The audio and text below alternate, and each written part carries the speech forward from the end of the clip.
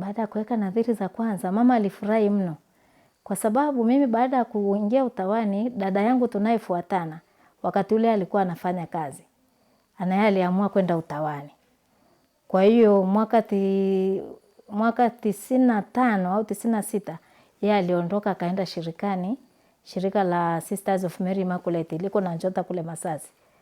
Kwa hiyo aliingia kule shirikani na mimi nikaingia huko. Lakini bahati mbaya sana mwaka 99 akiwa unovisi mwaka wa pili alipata ajali akafariki. Lile lilikuwa pia ni pigo kubwa kwa mama. Kwa hiyo wakati huo baada ya dada kufariki tunafika 2000, mdogo wangu ambaye alikuwa form 2 na yeye akasema anataka kuingia utawani.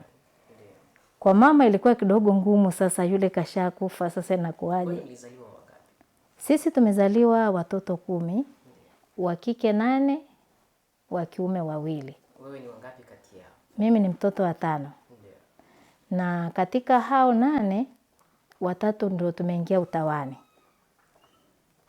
Kwa hiyo mama alikuwa haachi kwa sababu ya kwamba hana watoto, ila nadhani pia kitendo cha dada yangu kufariki kwa ajali kule, tunapewa taarifa dada kashazikwa. Kile kilimuuma, ilikuwa ni ajali mbaya, wakati ule kulikuwa hakuna mochwari. Mawasiliano pia yalikuwa sio mepesi, barabara zilikuwa sio nyepesi kama sasa hivi. Kwa hiyo mama amefika anaenda kukuta kaburi. Kwa hiyo mdogo wangu wakati anasema anaenda na alitaka kwenda shirika lile. Mama alikuwa mzito, lakini baadaye niliongea naye akawa ameelewa, akamwachia. Sasa hivi ni sister yupo. Kwa hiyo kwenye familia kati ya watoto 8 wa kike, 3 ni masista.